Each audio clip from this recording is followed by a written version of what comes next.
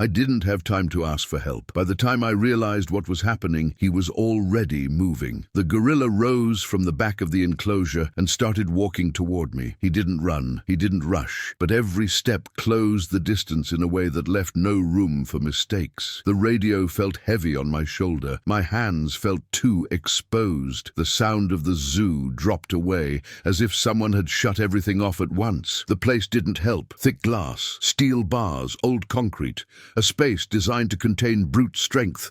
Yet in that moment it felt far too small. Behind me, visitors, children, people who trusted that the separation was absolute. The gorilla was an adult male, large, experienced. There was no clear aggression, but there was intention. And in that place, intention was always more dangerous than an attack. I did what I had been trained to do my entire life, even knowing that sometimes it isn't enough. I didn't stare. I didn't retreat too quickly. I turned my body slightly sideways, controlled my breathing, kept my eyes low. Neutral signals, non-confrontational language. For a few seconds it worked. He slowed down, stopped just a few meters away. The crowd on the other side of the glass relaxed. Some even raised their phones. I almost believed it would end there. If you're feeling this tension with me right now, take a moment to like the video, subscribe to the channel, and tell us in the comments which city and country you're watching from. That really helps the channel keep bringing stories like this. Then the zoo created the next problem. A metallic sound echoed behind me, a gate closing somewhere in another sector. The gorilla reacted instantly. His body stiffened, his chest expanded. He didn't advance, but his posture changed completely. The space, which had already felt small, turned into pressure. If he decided to test limits now, there wouldn't be enough distance to retreat. The environment had turned a silent approach into an unstable situation. He looked at me, not the way an animal looks at a stranger. It was different. The gaze lasted longer than it should have. He sat down slowly, resting his long arms on the ground, leaning his torso forward. It wasn't a challenge. It wasn't curiosity. It was focus, as if he were waiting for something from me and had decided I was capable of understanding it. I didn't know what that something was, but for the first time since he stood up, I knew this wasn't random. And strangely, that was what scared me the most. The enclosure looked the same as it always had, but it wasn't. Warm concrete, the smell of damp earth, muffled sounds of other animals in the distance. A space built for routine, not for decisions outside the script. The gorilla remained seated, motionless, yet everything about him signaled absolute attention. Every visitor behind the glass was an indirect risk. One shout, one sudden movement, enough to shatter that fragile balance. I tried to end it the simplest way possible. I took a slow step back, searching for the mark on the ground that indicated a safe boundary. The movement was minimal, calculated, but he noticed. Immediately he leaned his body forward and shifted his weight onto his arms as if ready to stand again. I stopped at once. My retreat had created the very danger I was trying to avoid. The space didn't accept obvious solutions. Silence stopped being the absence of sound. It became a presence. I could hear my own breathing, the distant rustle of leaves, the nervous click of a camera behind the glass. The gorilla stayed there, still but not relaxed. His eyes never left me. There was no aggression, but there was contained urgency. Something inside that massive body was being held back on purpose. That's when I noticed the detail. One of his hands trembled slightly as it touched the ground. Not from anger, from effort, from control. He wasn't moving closer to dominate. He was moving closer to keep something stable, as if maintaining that eye contact was necessary so he wouldn't lose something else. I didn't know what, but in that moment it became clear he didn't want me to leave.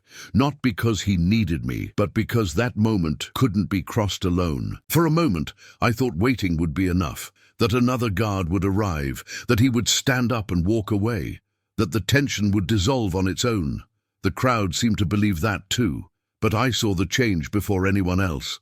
The gorilla shifted his weight, set his body, not to attack, to act. This wasn't ending. It was about to reveal the real problem. I had seen that kind of scene before. Not the same, but close enough for my body to recognize it before my mind did. Years earlier, another animal, another enclosure, another decision I didn't make fast enough. The memory came without warning, tightening my chest at the worst possible moment. Maybe that's why I didn't reach for the radio when I should have. Maybe that's why I stayed. The adult gorilla was still there, seated, heavy, far too alert to be comfortable. but something about the way he was watching me had changed. It wasn't just vigilance anymore, it was comparison. As if he wasn't measuring my size, but my reaction. The crowd behind the glass didn't exist to him. I did. Only me. And that put me in a position I never wanted to be in. The sound came again from the back of the enclosure. Fainter, irregular. A sound that didn't match strength. The gorilla reacted instantly, not with aggression, but with precision. He tilted his body slightly, creating a space impossible to notice unless you'd learned how to see it. A passage, a shield. That's when I saw the other one, smaller, younger, trying to move and failing. One leg wouldn't respond. That massive body seemed too heavy for the ground beneath it. My throat tightened because I recognized that moment far too quickly, not as a guard, but as someone who had seen what comes after a bad decision. The adult gorilla looked back at me. He didn't look away. He didn't threaten. He just held my gaze. And for the first time, I felt something no training ever prepared me for. A request. Not spoken, not human, but real. He didn't want me to fix anything. He wanted me not to interfere. I thought of everything that could go wrong. The report. The video someone was probably already recording. What would happen if this escalated? I also thought of that other day, years ago, when I chose the right path on paper and the wrong one in real life, and I stayed. The gorilla moved then, not toward me, toward the younger one. But before turning fully, he did something that disarmed me completely. He looked back once more, at me, not out of necessity, out of confirmation, as if he needed to know I was still there. I stayed. And in that moment, something shifted between us. It wasn't trust. It wasn't friendship. It was something more fragile and far rarer. Mutual recognition under pressure. I still didn't know how it would end. But I knew with uncomfortable clarity that this was no longer just an incident at the zoo. It was a story that would leave a mark. On me or on him. Maybe on both. Staying there started to hurt before it started to make sense. My body protested.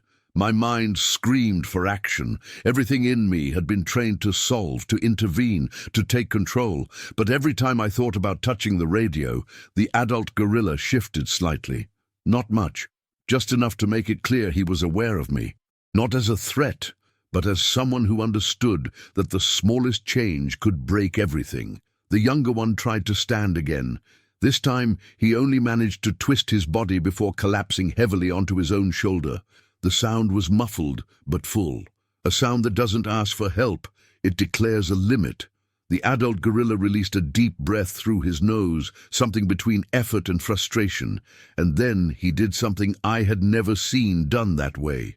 He moved closer to the younger one and stopped. He didn't touch him right away. He stayed just a few inches away, waiting. As if giving him space to try one more time, as if respecting something that wasn't strength, but dignity. When the younger one failed again, the adult finally lowered himself and placed his long arm across the other's back. He didn't push, he didn't pull, he simply held him. My throat tightened, because that wasn't blind protection, it was conscious presence. And it hit the memory I had been forcing down since the beginning. Years ago, I had seen someone fall like that, someone I could have held better, someone I stepped away from because procedure said to wait for backup. The adult gorilla turned his head toward me again. There was no urgency in his eyes. There was weight, as if he were saying, "Now you understand." And for the first time, I really did. Not what he wanted me to do, but what he needed me not to do. I shifted my foot half an inch back, not to leave, to steady myself. I took my hand completely off the radio, let my arms hang loose at my sides. It was a small gesture, almost invisible, but the gorilla noticed. His breathing changed, a little slower, a little deeper.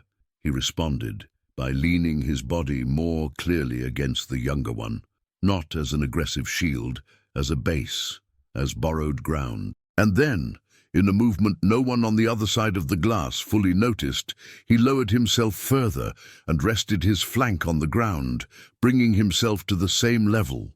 It was a vulnerable position. He didn't need to do that. He could have stayed standing. He could have kept dominance, but he chose to lower himself. He chose equality. He chose to stay. The crowd began to react. Whispers, phones rising, someone tapping on the glass, thinking they were helping. I didn't move. I held the silence the way you hold something too fragile to drop, because in that moment I knew any human intervention there wouldn't be help. It would be interruption. And the gorilla knew that I knew. He no longer looked at the crowd. He no longer looked at the space. He looked at me only when he needed to confirm one simple, brutal thing. Are you still with me? I was. And that started to have a cost. The thing about a bond is that it doesn't exist in a vacuum. It exists under pressure.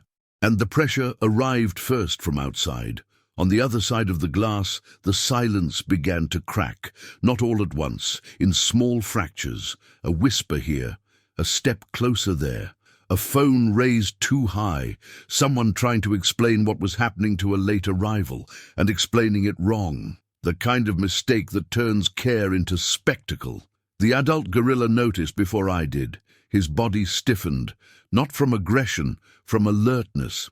He turned his face slightly toward the glass, assessing the human risk for the first time since it began.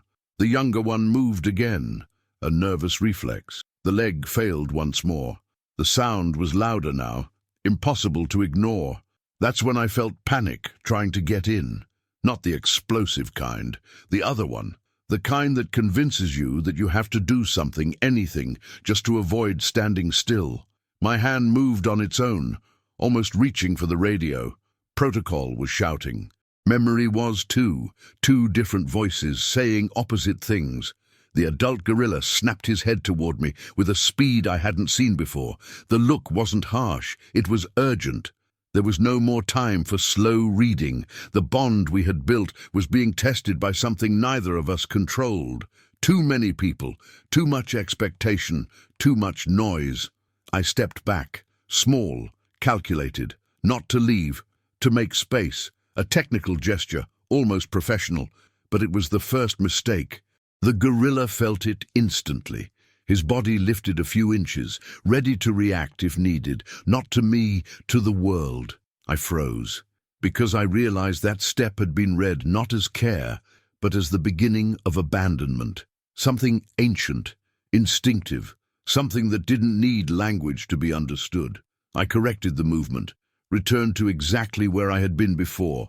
Same position, same axis, same silence. It took the gorilla several seconds to relax again. Long seconds, expensive seconds. The younger one was breathing with difficulty now.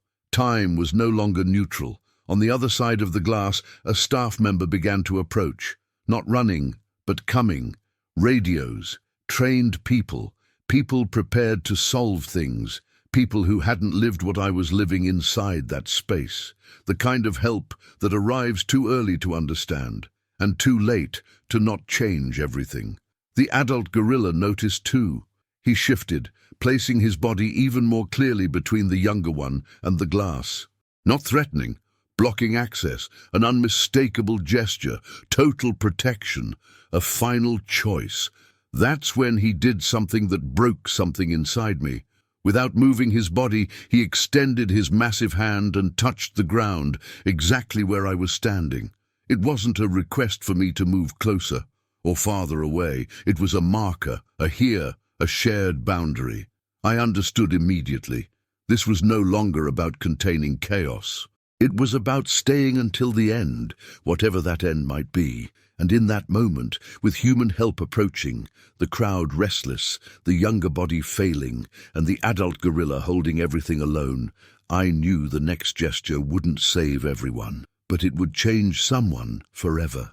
The adult gorilla was the first to understand that time had run out, not because someone shouted, not because help arrived, but because the younger body stopped trying. The breathing, once irregular, slowed too much, too long between movements, the kind of pause that doesn't ask for attention. It announces goodbye. The adult didn't move right away. He stayed there, his body still casting shade, still offering support, as if presence alone could hold something that was already slipping beyond reach. The entire enclosure felt too small for that silence. The crowd behind the glass stopped speaking. Some phones lowered on their own. Others kept recording without knowing why. That's when he made the gesture, not toward the younger one, toward me. The gorilla slowly lifted his head and looked at me one last time. There was no urgency, no request, just recognition. A direct, steady look, impossible to mistake for coincidence, as if to say, "You stayed." And that was everything. After that, he turned back to the body beside him. He rested his forehead against the younger one's and remained there for long seconds. There was no vocalization, no panic, just contact. Sustained, chosen. When he finally pulled away, the younger one did not respond. The veterinarians finally entered the enclosure, not running, not shouting, walking with the care of people who already know what they will find. The adult gorilla didn't react, he didn't attack, he didn't move away immediately. He simply stayed, watching, allowing, something no training teaches an animal to do. When they confirmed it, no one announced anything out loud. There was no need. The silence had already done that. The adult gorilla stood up slowly. His massive body looked heavier than before. He walked a few steps away and stopped. He didn't look back. He didn't need to. The bond was no longer there, but the choice had been made and fulfilled. That's when I realized my hands were shaking, not from fear, from delay, as if my body was only now understanding what had happened. I hadn't saved anyone. I hadn't fixed anything, but for the first time in many years, I also hadn't run from the hardest part. The zoo slowly returned to normal. People were guided away. Children asked questions no one answered very well. The day continued, as it always does. But something stayed behind, trapped in that space between concrete and glass. Before leaving, I looked at the gorilla one last time. He was sitting at the back of the enclosure, turned away, motionless. But just before disappearing completely from my sight, he turned his head slightly, not toward the crowd, not toward the veterinarians, toward me. It wasn't a goodbye. It was a memory being created. That day in Atlanta, I understood something no course ever teaches. Sometimes the connection between species isn't born to save. It's born so that no one has to cross the end alone. And that changes you forever.